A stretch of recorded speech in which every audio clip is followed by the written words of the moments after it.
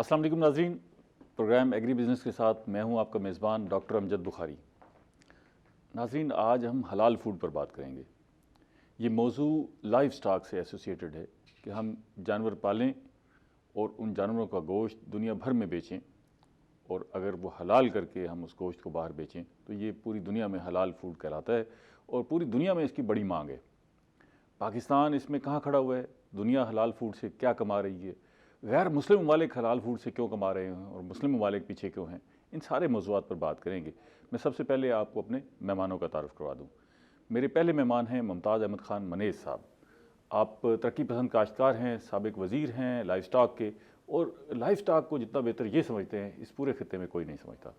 اور ہمارے ساتھ دوسرے مہمان ہیں ڈاکٹر ناظم حسین لابر صاحب۔ آپ سربراہ ہیں شعبہ ایگرونومی کے بہاؤالدین زکریا یونیورسٹی ملتان میں، ریسرچ کے شعبے سے وابستہ ہیں اور پڑھاتے بھی ہیں۔ میں ممتاز منیز صاحب سے آغاز کروں گا۔ بہت شکریہ منیز صاحب۔ یہ بتائیں کہ یہ حلال فوڈ جو میں نے بتایا اس سے مراد یہی ہے یا کوئی اور کنسیپٹ ہے حلال فوڈ کا؟ نہیں، حلال فوڈ یہی ہے۔ ہم مسلمان کے ساتھ یہ منسوب ہے، اور مسلمان یہ صرف مسلمان حلال فوڈ استعمال کرتے ہیں یا غیر مسلم بھی؟ اب سنا ہے کہ ان کا بھی رجحان اسی طرف ہے کہ حلال فوڈ اس میں ان کے لیے تو کوئی بندش نہیں ہے۔ بندش نہیں ہے، لیکن ان کی خواہش ہمارے لیے بندش ہے کہ ٹھیک ہے ان کی خوراک جو ہے نا، وہ ان کا گوشت جو ہے جو وہ استعمال کرتے ہیں ٹھیک ہے وہ ہم نہ کھائیں۔ اچھا، وہ میں نے اب سنا ہے کہ بہت سارے ممالک میں وہ ان کی خواہش ہوتی ہے کہ مطلب چلے اللہ کا نام لیا ہو نہ لیا ہو لیکن حلال کیا ہوا ویسے ہو جس پیٹرن پر ہم حلال کرتے ہیں۔ ہاں، وہ اس میں ایک جو اہم ترین پہلو جو سائنس نے اپنی ریسرچ میں ڈھونڈا ہے وہ ہے کہ جانور کا جو خون ہے وہ تمام کا تمام وہ نکل جائے، اسے ڈرین کہتے ہیں انگریزی کے اندر، وہ نکل جائے، وہی سب سے بہتر ہے۔ اور مسلمان آج سے 1400 سال پہلے وہ اس خون کو ڈرین کر رہے ہیں۔ اس کے اب یہ کنسیپٹ جو ہے غیر مسلم میں بھی آ گیا ہے، تو لہٰذا وہ اس کو زیادہ استعمال کر رہے ہیں بمقابلہ ہمارے۔ ٹھیک ہے، میں ذرا ڈاکٹر صاحب سے بھی شامل کروں۔ ڈاکٹر صاحب کو، ڈاکٹر صاحب آپ پوری دنیا میں پھرے ہیں اور آپ نے دیکھا کہ جی وہاں گوشت کی دکانیں ہیں، لیکن یہ ہے کہ گوشت جو ہے مسلمز ہیں تو وہ ڈھونڈتے پھر رہے ہیں حلال فوڈ، کئی کلومیٹر سفر کر کے جاتے ہیں حلال فوڈ لے کے آتے ہیں۔ تو آپ بطور زرعی سائنٹسٹ آپ کو یہ احساس نہیں ہوا کہ ہم اگر اتنی گنجائش ہے اور اتنی ڈیمانڈ ہے حلال فوڈ کی تو ہم اس کے مقابلے میں آگے کیوں نہیں آ رہے، پیچھے کیوں ہیں؟ آپ نے بڑی زبردست بات کی ہے کہ دنیا میں حلال گوشت کی جو ہے وہ بہت بڑی مارکیٹ موجود ہے، لیکن وہ معیار مانگتے ہیں۔ ٹھیک ہے، ہم لوگ تو منڈی سے لاگر جانور، بوڑھی بکری اور وہ سستا جو بھی سستا ترین جانور ہو وہ ہم یہاں لا کے ذبح کر دیتے ہیں اور کھا لیتے ہیں اور عجیب منظر ہوتا ہے جی، وہ جو جانور لدے ہوئے جا رہے ہوتے ہیں ریڈیو پر، ان کو دیکھ کے خوف آتا ہے کہ یہ کسائی کی چھری تک کیسے پہنچے گے، جی ہاں، لیکن وہ لے کے جا رہے ہوتے ہیں۔ دنیا تو یہ چیز نہیں مانگتی، دنیا تو ہر چیز میں معیار مانگتی ہے۔ اب ظاہر ہے پورا گلوبل ولیج بن گئی ہے دنیا، اور ایک دوسرے سے ہم چیزیں لیتے ہیں اور دیتے ہیں، لیکن اس کے لیے سٹینڈرڈ فکس ہیں، ہر چیز کے سٹینڈرڈ فکس ہیں کہ یہ معیار ہوگا۔ مطلب اب گوشت کی بات کریں تو اس کی پی ایچ اتنی ہونی چاہیے، اس میں چربی اتنی ہونی چاہیے، اس کی رنگت اتنی ہونی چاہیے، مطلب یہ سٹینڈرڈ ہوگا تو وہ ہم اس کو اہم سمجھیں گے۔ لیکن ایک بات ڈاکٹر صاحب یہ بتائیے گا کہ ہمارے جو انسان ہیں، چلو ان کی صحت خراب ہے، اس کی وجہ تو یہ ہے کہ ہم ناقص خوراک کھا رہے ہیں، ہماری خوراک میں جو ہے وہ ملاوٹ ہے اور جو نیوٹریشن ہے وہ پورے نہیں ہیں، لیکن جانوروں کی خوراک تو خالص ہے، وہ کیوں لاگر رہ جاتے ہیں؟ جانوروں کی خوراک بھی خالص نہیں ہے نا، کیونکہ اس پہ بھی سپرے تو ہو رہے ہیں، ٹھیک ہے، اور زمین میں کھاد یا جو بھی کیمیکل ہم ڈالتے ہیں تو اس کے اثرات فصلوں میں ہی آتے ہیں۔ یہ ایک فوڈ چین کہلاتی ہے کہ آپ نے کوئی گندا پانی لگایا یا کوئی کیمیکل زمین میں استعمال کیے، وہ فصل میں آئے، چارے میں آئے، چارے سے پھر جانوروں میں آئے، جانوروں کا گوشت ہم نے کھایا تو انسانوں میں آ گئے، تو یہ پوری ایک چین چلتی ہے۔ ٹھیک ہے، میں ذرا منیز صاحب سے پوچھنا چاہوں گا۔ منیز صاحب آپ کچھ دو چار میں ذاتی سے سوالات آپ سے کروں گا۔ مجھے یہ بتائیے گا کہ ہم نے آپ کو دیکھا کہ آپ کے پاس جو لائف سٹاک کا سٹرکچر ہے وہ شاید یہاں کسی کے پاس ہو، اور آپ نے جو تحقیق کی ہے، جو اپنے انداز سے کوشش کی ہے آگے بڑھنے کی، یہ آپ کو ورثے میں سب کچھ ملا یا آپ نے خود یہ شوق پیدا ہوا بچپن سے اس طرف آئے، یہ وجہ کیا بنی؟ نہیں، برخوردار ہمارے ہاں جتنی کھیتی باڑی ہو رہی ہے وہ اکثر و بیشتر کوئی تعلیمی اداروں سے اسٹوڈنٹس پڑھ کر اس کے اندر اپنا حصہ نہیں ڈال رہے۔ کاش کے وہ ڈالتے، وہ اگر ڈالتے تو آج ہم سائنس کے اوپر زراعت بھی کر رہے ہوتے اور لائف سٹاک بھی کر رہے ہوتے، ٹھیک ہے، فارسٹری بھی کر رہے ہوتے اور ماہی پروری بھی کر رہے ہوتے، بالکل ٹھیک ہے، اور وائلڈ لائف میں بھی ہم یہ اپنا حصہ ڈال رہے ہوتے، اور ہم ناردرن ایریاز میں یاک بھی پیدا کر رہے ہوتے، اور ہم ان گنت اڑنے والے حلال پرندے بھی جو ہے وہ ہم اس کے اندر ڈال رہے ہوتے، اور اس کے تمام علیحدہ علیحدہ مضامین ہیں۔ تو اگر یہ آتے تو آج نقشہ بدل چکا ہوتا، لیکن وہی پرانے طریقے سے، خاندانی طریقے سے اس نے کہا تو ہمیں بھی ورثے میں ملی، ہم ان کی طرح پروفیسر نہ بن سکے تو ہم نے کہا چلیں یہ کام جو ہے ہم کر لیتے ہیں۔ لیکن کاشتکاری کو جتنا کاشتکار سمجھتا ہے اتنا کوئی نہیں سمجھتا۔ میں مانتا ہوں، لیکن اس کی طرف جو ہے وہ کاشتکاری کو ہمیں سائنسی بنیادوں پہ کرنا چاہیے۔ ہمارا کاشتکار اس سے کیوں دور رہا؟ آپ دیکھیں، آپ نے کوشش کی، آپ ٹیکنالوجی کو اڈاپٹ آپ نے کر لیا، لیکن ہمارا کاشتکار 99% کاشتکار ٹیکنالوجی سے دور ہے۔ اس کی وجہ کیا بنی؟ آپ کی اسیسمنٹ کیا ہے؟ ٹیکنالوجی اویلیبل نہیں ہے۔ اچھا، وہ چاہتا ہے کہ میں اس طرف آؤں۔ 100% چاہتا ہے، اگر وہ ہو تو کاشتکاروں کے بیٹے آئندہ یہی کام کرنا چاہیں گے۔ اچھا، یہ میں آپ کو یہ ورڈ آف آنر کہیں یا جو بھی ایک، میں آپ کو یہاں بیٹھ کے ذمہ داری کے ساتھ آپ کو بتا رہا ہوں کہ اگر کاشتکاری جدید بنیادوں پر استوار کر لی جائے، مثلا میں کوئی اعتراض نہیں کر رہا، مثلا اگر ہمارے ملک میں ٹریکٹر 1983 ماڈل آج بن رہا ہو تو مجھے آپ اس کا جواب آپ دے دیں۔ 1983 ماڈل آج بن رہا ہو اور آپ کہیں کہ جی یہ جدید ہے، اب تو 3rd 4th ٹیئر کے ٹریکٹرز آ گئے۔ وجہ کیا ہے؟ اس میں حکومت کی توجہ نہیں ہے؟ نہیں، حکومت کی جو ہے توجہ تو دور کی بات ہے، حکومت کرنا نہیں چاہتی، پارلیمنٹ نہیں کرنا چاہتی، سیاستدان نہیں کرنا چاہتے۔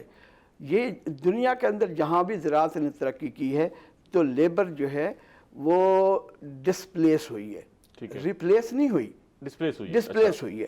تو ڈسپلیس کرنے سے ان کو ہمیں اور مواقع دینے چاہیے، سب سے بنیادی طور پہ تعلیم دینی چاہیے تاکہ وہ ہماری جو لیبر ہو غیر ملک میں صرف وٹا کٹنے کے لیے نہ جائے بلکہ تعلیم یافتہ ہو، ٹیکنیکل ہے، ہنرمند لوگ ہوں اور ہنرمند ہو، اور اس کے پیسے کا آپ تصور نہیں کر سکتے کہ وہ کس طرح کمائی کے وہ پہلو ہیں۔ تو ہم نہیں کرنا چاہتے۔ 1983 کا ماڈل کا ٹریکٹر استعمال کر رہے ہیں اور ساتھ یہ کہتے ہیں کہ ہم میکنائزیشن کر رہے ہیں۔ خدا کے واسطے اب جو بنیاد ہے اس کو میکنائزیشن سمجھ رہے ہیں، اس کو بنیاد، ہم اس بیل کو میکنائزیشن سمجھ رہے ہیں جس نے پیچھے اوزار کھینچنا ہے، جس کو میکنائزیشن کہتے ہیں۔ بالکل ٹھیک ہے۔ تو ہم کہ جی وہ کلٹیویٹر کو دنیا نے آج سے 100 سال پہلے خدا حافظ کہہ کے اس کا جنازہ پڑھا کے آگے بڑھ گئے، ہم ہر سال کل پڑھتے ہیں اور اس کی برسی کرتے ہیں۔ ہمارے پاس اوزاری کلٹیویٹر ہے، دنیا کلٹیویٹر کو نہیں، ان گنت۔ اور بہرحال ہم برخوردار بخاری صاحب، ہم لائف سٹاک پہ رہے تو زیادہ بہتر ہے، ہم ٹریکٹر پہ آ گئے ہیں۔ نہیں، اس موضوع پہ تھوڑی سی رائے لے لوں، یہ میکنائزیشن کی طرف کیوں نہیں آ سکے؟ دیکھیں نا جی، یہ لائف سٹاک کی بھی میکنائزیشن چاہیے تھی، ادھر بھی نہیں آ سکے۔ اصل میں اب دور ہی میکنائزیشن کا ہے، لیبر کا بہت بڑا ایشو ہے ہمارے ہاں، جہاں بھی چلے جائیں لیبر کا ایک بہت بڑا، جس طرح منیز صاحب نے بتایا کہ وہ لیبر شہروں کی طرف جو ہے وہ موو کر رہی ہے۔ اصل میں جو ہمارا سب سے بڑا ایشو جو میکنائزیشن نہ ہونے کی وجہ ہے وہ یہ ہے کہ ہمارے 95% فارمر چھوٹا فارمر ہے، وہ ٹریکٹر ہی افورڈ نہیں کرتا، باقی چیزیں کہاں سے باقی چیزیں جی۔ اس کا حل جو ہے وہ یہ ہو سکتا ہے کہ سروس پرووائڈرز آئیں، کچھ لوگ، پیسہ تو بڑا ہے لوگوں کے پاس، وہ کیوں نہیں ادھر آگے بس وہ اپنی پجاروز اور بڑی گاڑیوں کو تو پریفر کرتے ہیں لینا، لیکن مشینری لینے سے کتراتے ہیں، کام کرنے سے گھبراتے ہیں کیونکہ ایزی وے جو ہے وہ مل گیا پراپرٹی میں۔ جو بڑا فارمر ہے، جو لینڈ لارڈ ہے، وہ ویسے زیادہ تر ایبسینٹی ہوتا ہے، ٹھیک ہے، تو اس کو تو ایک خاص اماؤنٹ میں پیسے آنے چاہیے۔ وہ کیا ہو لائف سٹاک کی طرف آتے ہیں جی۔ میں درمیان میں بات کروں، برخوردار ڈاکٹر ناظم کو بات کو آگے لے جاتے ہوئے، دیکھیں دنیا کے اندر آج جو ترقی یافتہ ممالک ہیں وہاں سروس پرووائڈرز کی اہمیت ہے۔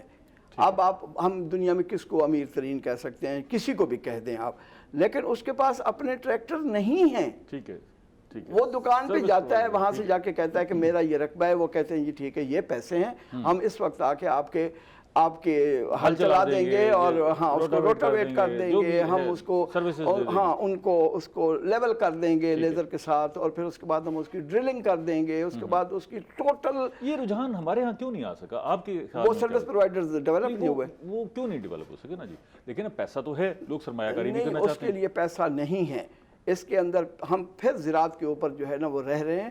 اس کے اندر تو ارباں روپے چاہیے. مثلا اب آپ کہیں کہ جی ارباں روپے، خان صاحب یہ کلٹیویٹر تو 10,000 روپے کا آتا ہے. ایک عام جو ہارویسٹر ہے سائلیج کے لیے نیا 0 میٹر وہ 8 کروڑ روپے کا آتا ہے. اچھا جی سروس پرووائڈر کے پاس ایک تو نہیں ہوگا، وہ ایک چلا گیا پیچھے، پھر وہ لوڈو کھیلے اور کیا کرے، تو یا پھر وہ کیرم بورڈ کھیلے. نہیں، اس کے لیے اس کے پاس کم از کم 10 تو کسی کے پاس ہے صحیح؟ نہیں ہے پورے پاکستان میں کسی کے پاس نہیں. جو اس وقت موجود ہیں پاکستان میں وہ 40 سال پرانے کباڑ سے لائے گئے جو ہے وہ ٹوٹے ٹوٹے کر کے، پھر اس کے ملک کے اندر اجازت بھی نہیں ہے لے آنے کی. اچھا اس لیے کہ حکومت نے جو 1983 ماڈل کا ٹریکٹر کے اوپر ان کے مالکان کو کسانوں کے اوپر ڈاکہ ڈالنے کی جو ذمہ داری دی ہوئی ہے، وہ یہ کہتے ہیں کہ کوئی اور آ گیا تو پھر ان کو جو ہم نے ذمہ داری دی ہے تو پھر یہ تو بیچارے وہ کیسے پوری ہوگی. ہم لائف سٹاک کی طرف آتے ہیں. لائف سٹاک کی طرف آئیں. مجھے پہلے تو یہ پکچر بتائیے گا کہ میں لائف سٹاک کا لفظ کو لیتے ہوئے میں آپ کو بتاؤں، اب برخوردار میرے چھوٹے بھائی ہیں ڈاکٹر ناظم، میں آپ کو بتاؤں کہ اس وقت ہماری فصلیں چھوڑیں کہ وہ کتنا پیدا کر رہی ہیں، آپ اس بات کو چھوڑیں. ٹھیک ہے. ہمارے پاس جو اہم ترین فصلیں ہیں جو صدیوں سے آپ بچوں سے بچپن سے سنتے آ رہے ہیں، جی کپاس، گندم، وہ فوڈ سیکیورٹی ہے، سٹیپل فوڈ ہے، اس کے بغیر انسانیت یا زندگی زندہ نہیں رہ سکتی. گزارا نہیں ہے گندم، لیکن وہ مین کراپ ہے. تیسری ہمارے پاس کماد ہے اور بدترین پیداوار ہم لے رہے ہیں. مکئی ہے، وہ غیر ملکی ٹیکنالوجی کی وجہ سے اب کافی حد تک وہ بہتر جو ہے وہ پیدا، اور چاول ہے. تو میں اگر آپ کو اس بات کے اوپر اس اہمیت کو اجاگر کروں تو کم از کم آپ کو باقی سارے کام چھوڑ دینے چاہیے اور اسی کی طرف آنا چاہیے جس کے لیے میں آج آیا ہوں. ان 5 فصلوں کی جو ٹوٹل آمدن ہے، اس کو سچ یا مبالغہ، جھوٹ تو خیر بہت دور کی بات ہے، وہ ڈاکٹر ناظم بیٹھے ہیں، ان سے پوچھ لینا، آپ نے ضرور پوچھ لیں. ان 5 فصلوں کو اکٹھا آمدن کو اگر دیکھ لیا جائے، ان کی آمدن ملکی معیشت میں زراعت کے لفظ کی معیشت میں 40% ہے. 60% لائف سٹاک ہے. اچھا معیشت میں جو اپنا حصہ کردار، اگر ہم بوم ہو تو وہ بھی اسی سپیڈ سے ہوگا. وہ بھی اسی سپیڈ سے ہوگا. اس پہ میں سب ایک میں بریک لے لوں، بریک کا وقت ہو گیا، اس پہ مزید بات کرتے ہیں. ناظرین ملتے ہیں ایک بریک کے بعد.